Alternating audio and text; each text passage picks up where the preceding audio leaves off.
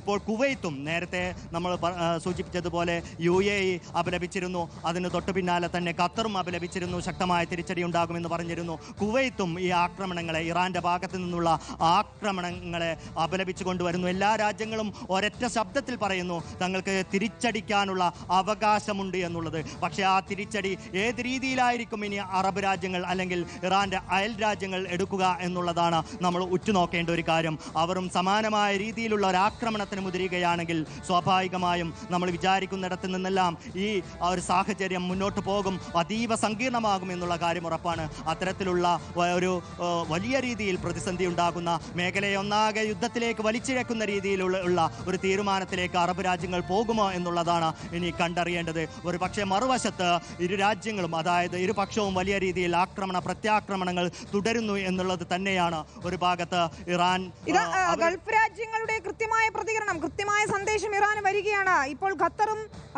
UAE-ക്കും പിന്നാലെ കുവൈറ്റും പറയുന്നു ഫൈസൽ തിരിച്ചടിക്കാനുള്ള അവകാശം ഞങ്ങൾക്കുണ്ട്, ഞങ്ങളുടെ മണ്ണിലും നിങ്ങൾ ആക്രമണം നടത്തിയിരിക്കുന്നു എന്നുള്ളതാണ്. US താവളങ്ങളാണെന്ന് പറയുമ്പോൾ പോലും ഗൾഫ് രാജ്യങ്ങളുടെ മണ്ണിലാണ് ഇത്തരത്തിലൊരു ആക്രമണം. ഒരുപക്ഷെ നമ്മൾ അടുത്തിടെയൊന്നും കേട്ടിട്ടേയില്ല. കുറച്ചു നാളുകൾക്ക് മുൻപ് ഖത്തറിൽ അമേരിക്കയുടെ വ്യോമത്താവളങ്ങൾക്ക് നേരെ ആക്രമണം ഉണ്ടായെങ്കിൽ പോലും ഈ ഗൾഫ് മേഖലയിൽ ആകെ ഒരു ആക്രമണം ഫൈസൽ അടുത്തിടെയൊന്നും ഉണ്ടായിട്ടേയില്ല, അല്ലേ?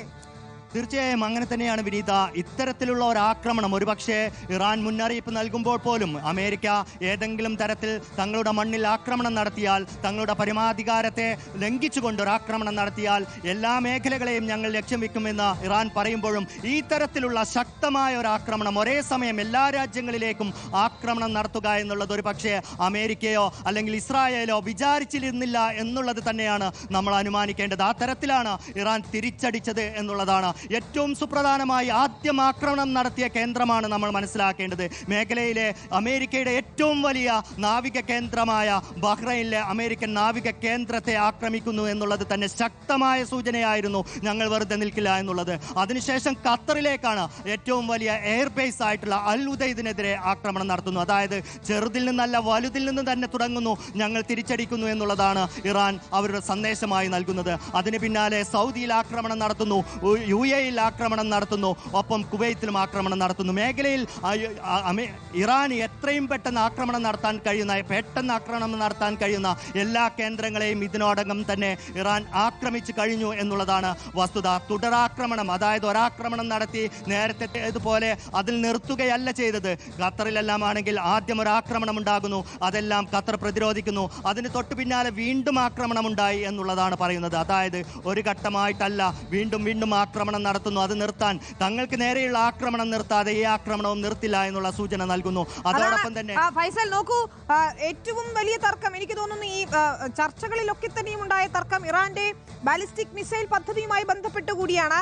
സമ്പൂർണ്ണ ആണവ നിരായുധീകരണം എന്ന് പറയുമ്പോൾ പോലും അവിടെ ഇറാന്റെ ബാലിസ്റ്റിക് മിസൈലുകളുടെ ശേഖരം എന്ത് എന്നത് തന്നെയായിരുന്നു ഇസ്രായേലും അമേരിക്കയും ഉറ്റുനോക്കിയിരുന്നത്. ഇപ്പോൾ വരുന്ന ഏറ്റവും പുതിയ വിവരം, ഇറാൻ ഇതുവരെ 35 ബാലിസ്റ്റിക് മിസൈലുകളാണ് ഇസ്രായേലിന് നേരെ പ്രയോഗിച്ചിരിക്കുന്നത്. ഇതുവരെ മാത്രം ആദ്യഘട്ട ആക്രമണത്തിൽ മാത്രം 35 ബാലിസ്റ്റിക് മിസൈലുകൾ പ്രയോഗിച്ചിരിക്കുന്നു. ഫൈസൽ, തീർച്ചയായും വിനീത നേരത്തെ സൂചിപ്പിച്ചതുപോലെ തന്നെ വളരെ രസകരമായിരുന്നു ഈ ബാലിസ്റ്റിക് മിസൈലുമായി ബന്ധപ്പെട്ട ഇസ്രായേലിന്റെ ആവശ്യങ്ങൾ. അതായത് ഇറാന്റെ ബാലിസ്റ്റിക് മിസൈലുകളുടെ ദൂരപരിധി 300 കിലോമീറ്റർ ആക്കി ചുരുക്കണം എന്നുള്ളതായിരുന്നു ഏറ്റവും സുപ്രധാനമായ ആവശ്യം. അതൊരിക്കലും സാധ്യമല്ല. അത്തരത്തിലുള്ള ഒരു തീരുമാനത്തിലേക്ക്, അത്തരത്തിലുള്ള ഒരു കീഴടങ്ങലിലേക്ക് തങ്ങൾ തയ്യാറാവില്ല എന്ന് ഇറാനും പറഞ്ഞു വെക്കുന്നു. അപ്പോഴാണ് അമേരിക്ക പറയുന്നത് ഇറാന്റെ മിസൈൽ സംവിധാനം, മിസൈൽ ശേഷി, ബാലിസ്റ്റിക് മിസൈൽ ശേഷി പൂർണ്ണമായി നാമാവശേഷമാക്കുമെന്ന്. ആ മിസൈലുകൾ ഉപയോഗിച്ചാണ് ഇപ്പോൾ ഇസ്രായേലിലേക്ക് നിരന്തരമായി ഇറാൻ തൊടുത്തുവിട്ടുകൊണ്ടിരിക്കുന്നത്. ആദ്യഘട്ടത്തിൽ ആക്രമണം ഉണ്ടായപ്പോൾ ലോകമാധ്യമങ്ങൾ റിപ്പോർട്ട് ചെയ്തത് 35 മുതൽ 70 വരെ മിസൈലുകൾ തൊടുത്തുവിട്ടു എന്നുള്ളതാണ്. അക്കാര്യത്തിലാണ് ഇപ്പോൾ വിനീത പറഞ്ഞതുപോലെ ഒരു സ്ഥിരീകരണം വന്നത്. 35 മിസൈലുകളാണ് തൊടുത്തുവിട്ടത് എന്നുള്ളത്. പക്ഷേ ആ മിസൈലുകൾ കൃത്യമായി പ്രതിരോധിക്കാൻ ഇസ്രായേലിന് സാധിച്ചില്ല എന്നുള്ള ഒരു കാര്യം കൂടിയുണ്ട്. അതോടൊപ്പം ഏറ്റവും സുപ്രധാനമായി മറ്റൊരു വിവരം കൂടി പുറത്തു വരുന്നു. ചെങ്കടലിലുള്ള US പടക്കപ്പലുകൾ ആക്രമിക്കുമെന്ന് ഇറാന്റെ പ്രോക്സി ഗ്രൂപ്പായ ഹൂത്തികൾ പറയുന്നു എന്നുള്ളതാണ്. ലോകം അമേരിക്കയുടെ നിരുത്തരവാദപരമായ സമീപനത്തോട് പ്രതികരിക്കണമെന്ന് റഷ്യ നേരത്തെ തന്നെ അവർ വ്യക്തമാക്കിയതാണ്. ഈ ചർച്ചാ നാടകം തന്നെ ആക്രമണത്തിന് മുന്നോടിയായി അതിന് മറപിടിക്കാനുള്ള ഒരു നാടകമായിരുന്നു എന്ന് റഷ്യ നേരത്തെ തന്നെ വ്യക്തമാക്കിയിരുന്നു. അവരുടെ ആദ്യഘട്ട പ്രതികരണമായി അവർ പറഞ്ഞിരുന്നു. എന്തായാലും ചെങ്കടലിലുള്ള US പടക്കപ്പലുകൾ ആക്രമിക്കുമെന്ന് ഹൂതികൾ പറയുന്നു. യമനിൽ നിന്നാണ് അവർ നേരത്തെ തന്നെ ഇസ്രായേലിനെതിരെ അവരുടെ പടായൊരുക്കം തുടങ്ങിക്കഴിഞ്ഞതാണ്.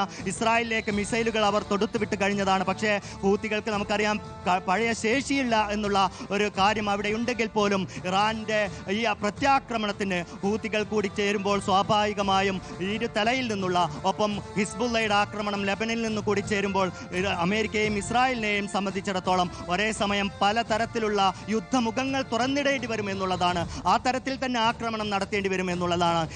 ഇറാനിൽ മാത്രം ശ്രദ്ധ കേന്ദ്രീകരിച്ചുകൊണ്ടുള്ള ഒരു ആക്രമണം ആയിരിക്കില്ല ഇരുവർക്കും നേരിടേണ്ടി വരിക എന്നുള്ളതാണ്.